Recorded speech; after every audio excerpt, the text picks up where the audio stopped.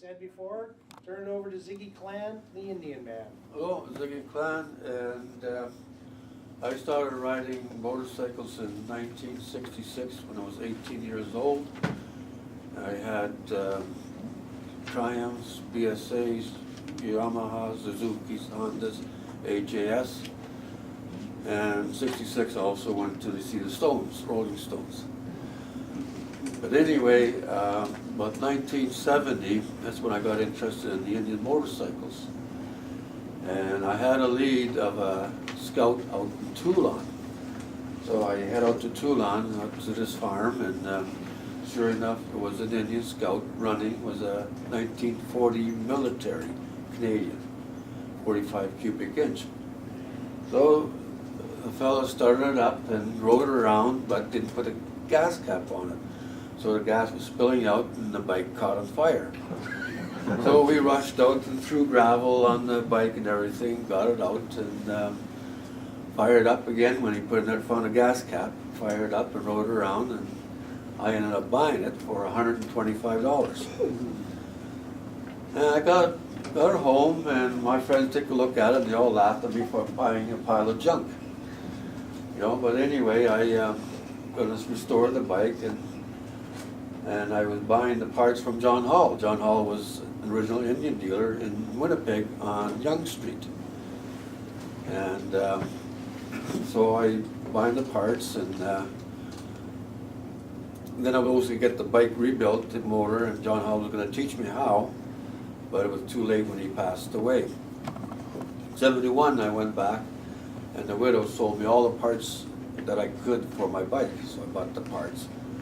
And she charged me the old price list.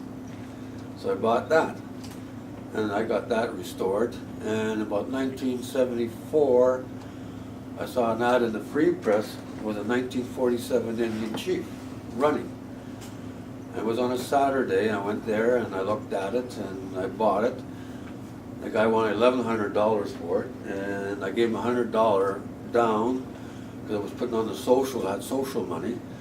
So that's all the money I had. And then Monday I gave him the rest of the money and he drove it home to my place. So I rode that Chief for a little while until the back wheel started giving me trouble. It was seizing up.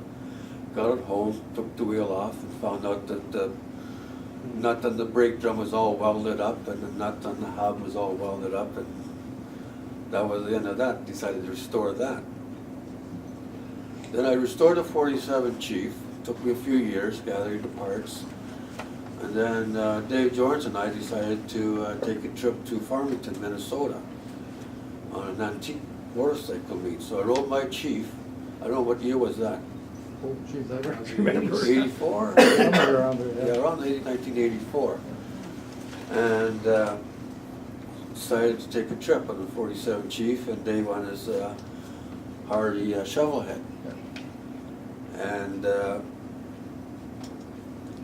I was breaking the motor in. I put a couple of hundred miles on it, make sure I got the bugs out, and I was breaking the rest of the motor in. And just got before Farmington, and my brake clutch pedal broke, the shaft.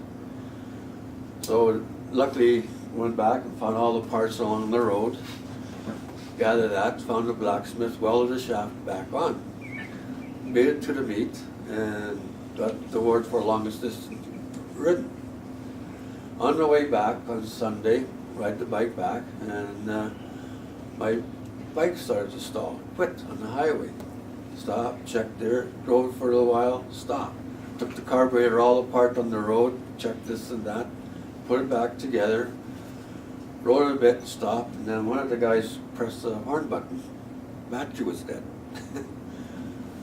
So it was at a gas station there, and we bought a lantern battery, put it in my saddlebag, and ran some wires to a generator to the battery. That charged up the battery for a few hundred miles, and the battery was charged up. Worried my battery went dead because I didn't adjust the generator. It's a third brush, and they had a headlight law in Minnesota. So I adjusted brush on the generator, and then it was okay. Then I require a few more Indians, an Indian forward, which Dave Pritchard got off of me, and then sports scouts that other club members bought, and then I keep buying more and more bikes and start storing bikes for other people and gathering large inventory of parts and you know, just keep on going and going, you know.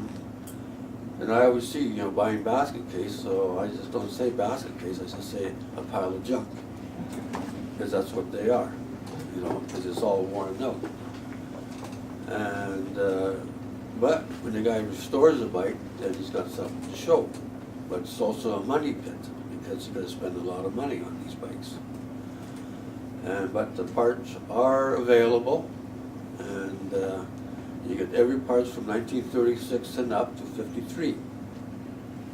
And Indian started in 1901 to 53 by George Handy and Oscar Headstone in 1901.